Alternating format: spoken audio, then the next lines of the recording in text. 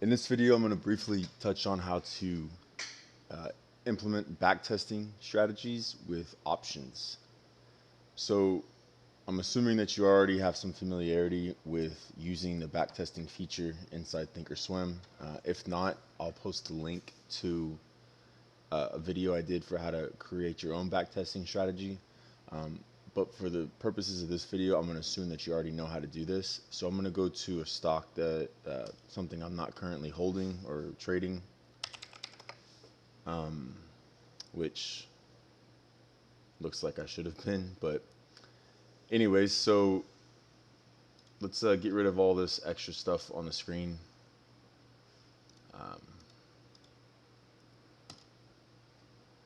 And I'm going to leave these moving averages on because I have a strategy built that uses these moving averages, but I'm going to take the other things off.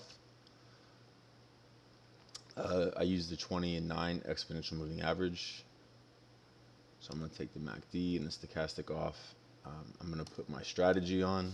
So this is the one that I built for myself, and it's also in the video that I posted, which I'll have a link to.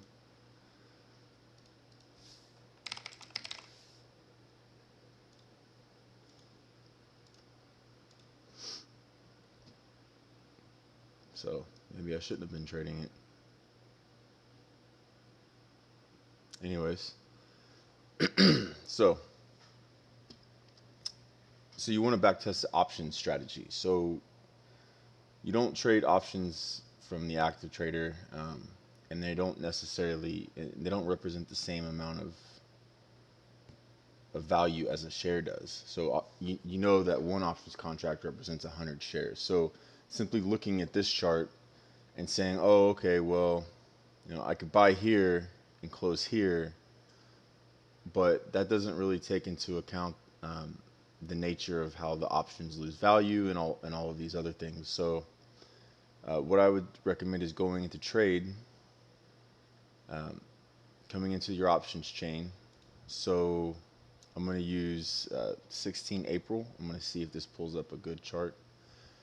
So I'm going to right click on the bid or the ask, right? It should be the same. You're looking for this value right here, this item, copy this. So I'm gonna use the ask, copy. I'm gonna come over here to charts, and I can't right click in here to hit paste, but I can use Control V or Command V if you're on a Mac, and it'll post that in there, and you just hit enter, and it pulls up the options chart. So this is a chart of that particular options contract over time. So what you can see is that, let me get rid of this volume bar in here.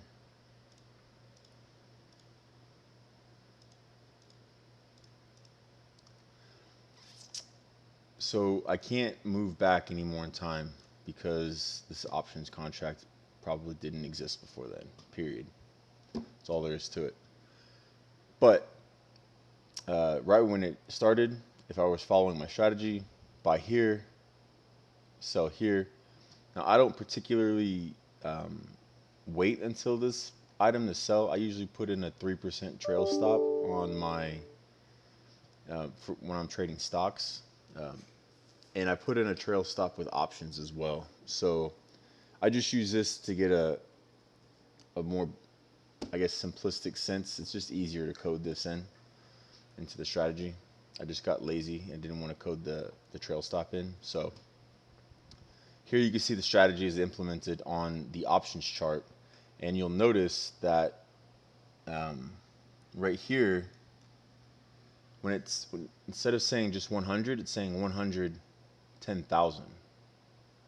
So that's the number of shares, exposure to shares you're getting, the 10,000, and it's actually buying 100 options contracts at that price, at whatever this price is on the chart, because this chart reflects this options contracts. Let me come back over. So when you go back to the products, you're going to have to go back to the ticker symbol itself for the company. This was the one that I picked. So The last price was 11.58. Come back to charts. I'll have to repaste this in, and you can see over here. Now I use Heiken Ashi candles, so the price is a little different. So here you can see 11.58.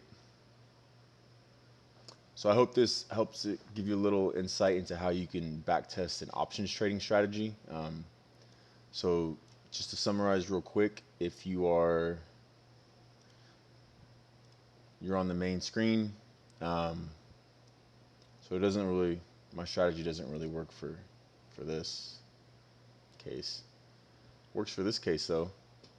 So each stock is different. Anyways, main screen, go into trade, find the options chain that you want, right click on it, copy, go to charts, Control V or Command V if you're on a Mac,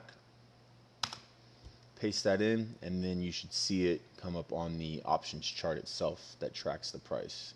And you can change the time frames in here, and however you want to set it up. So this is my option strategy that I built.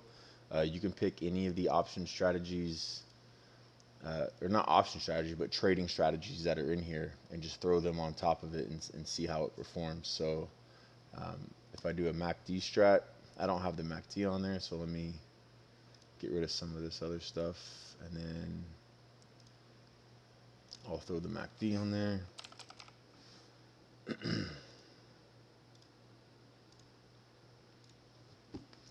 So this looks like it's a MACD crossover strategy.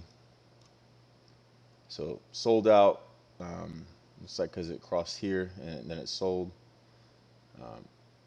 crossed back up, bought in,